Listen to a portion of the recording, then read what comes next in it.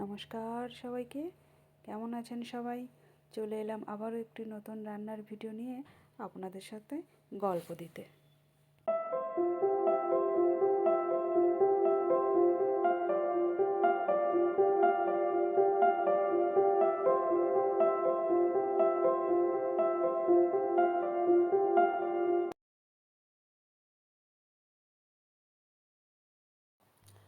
জানেন তো, এটা আমার প্রথম ভয়েস ভিডিও, যা বুঝেই উঠতে পারছি না কি বলবো আর কি না বলবো।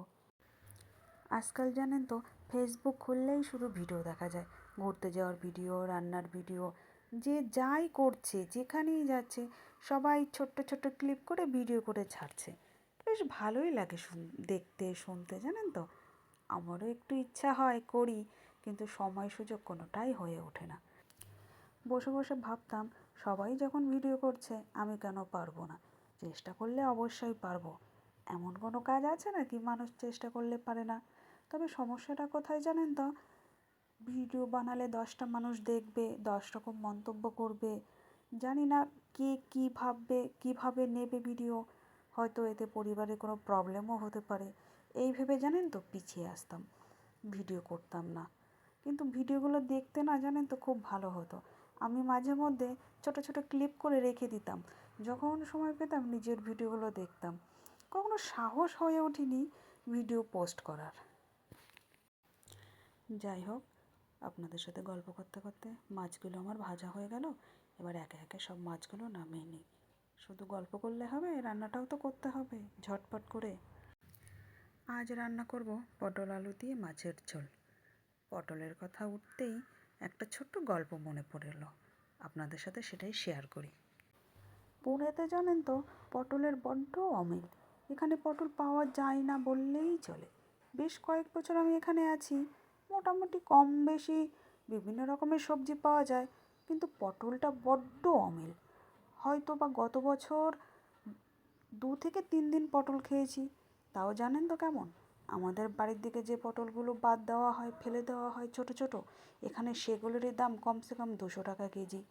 তাও আবার কখনো পাওয়া যাবে, কখনো পাওয়া যাবে না। আমি বহু শপিং মল ঘুরেছি, কোথাও পটল পাইনি, জানেন তো। কুমড়ো, শাক সবজি অনেক কিছু পেয়েছি, কিন্তু পটলটা পাইনি।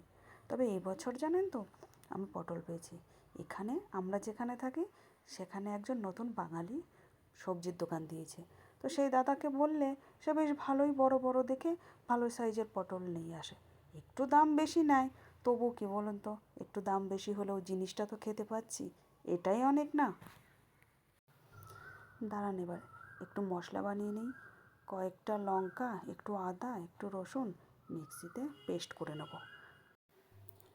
এটা জানেন তো আমার প্রথম ভয়েস ভিডিও। কথা বলতে একটু অসুবিধা হচ্ছে, একটু না অনেকটাই অসুবিধা হচ্ছে, জানেন তো। এর আগে কখনো করিনি তো, জানতামই না ভিডিও করলে আলাদা করে ভয়েস দিতে হয় এভাবে। যাই হোক, ভুল ত্রুটি মার্জনীয় করবেন। কি জানি, আমি নিজেই বুঝে উঠতে পারছি না কি বলছি। যতটুকু বুঝতে পারছি, যতটুকু মনে আসছে বলে দিচ্ছি।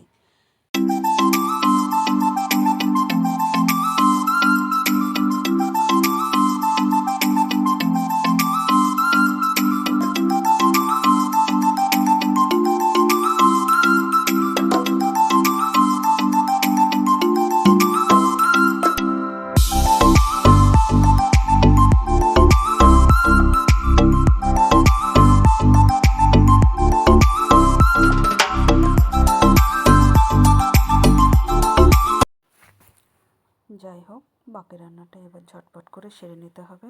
অনেকটা সময় তো দেখতে দেখতে পেরিয়ে গেল। যাই হোক, তেলের মধ্যে একটা তেজপাতা, একটা শুকনো লঙ্কা আর কিছুটা জিরে ফোড়ন দিয়ে বাকি টমেটো দিয়ে দেবো। অনেকে জানেন তো তরকারিতে টমেটো পছন্দ করে না, বলে টমেটো দিলে নাকি তরকারি টক হয়ে যাবে। কই বাবা, আমার তো এরকম কিছু মনে হয় না। আমি তো প্রায় সমস্ত রান্নাতেই জানেন তো টমেটো ব্যবহার করি। টমেটো দিলে একটা থিকনেস ভালো আসে, তরকারির স্বাদটাও বেশ বদলে যায়, ভালোই তো লাগে। টক টক জিনিসটা তো আমি বুঝতেই পারলাম না যে টমেটো দিলে নাকি তরকারি টক হয়ে যায়। আমার পরিবারের তো কেউ কিছু বলে না, দিলে তো বেশ ভালোই বলে সবাই। জানি না, এক একজনের হয়তো এক এক রকমের রান্নার পদ্ধতি। এক একজনের এক এক রকমের মুখের স্বাদ, যে যার মতন খেয়ে পছন্দ করে আর কি।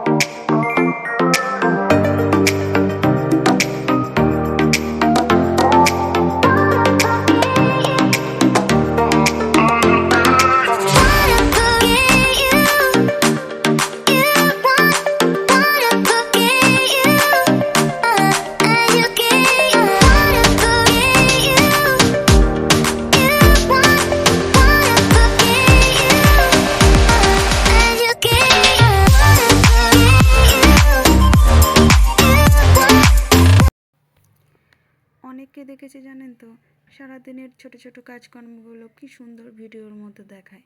দেখতে বেশ ভালোই লাগে, মন্দ লাগে না। তবে আমি পারি না, নতুন নতুন ভিডিও করছি তো ওসব ঘরের কাজকর্মগুলো দেখাতে মনেই থাকে না। কাজ হয়ে যাওয়ার পরে জানেন তো মনে পড়ে, এই যা একটু ভিডিও করে নিলে হয়তো ভালো হতো। যাই হোক, আমিও চেষ্টা করব ঘরের কাজকর্মগুলো ছোট ছোট করে ক্যামেরা বন্দি করে আপনাদের সামনে তুলে ধরার জন্য। আজকের মতো এই রান্নার ভিডিওটাই আপনাদের জন্য রইল। প্লিজ এটা দেখবেন, ভালো লাগলে কমেন্ট করবেন। ব্লগ করার চেষ্টা করলাম, জানি না কতটুকু করতে পারলাম। তবে আজকের মতো এটুকুই। দেখা হবে নতুন কোনো গল্প নিয়ে, নতুন কোনো ভিডিওয়ে। বাই, সবাই ভালো থাকবেন।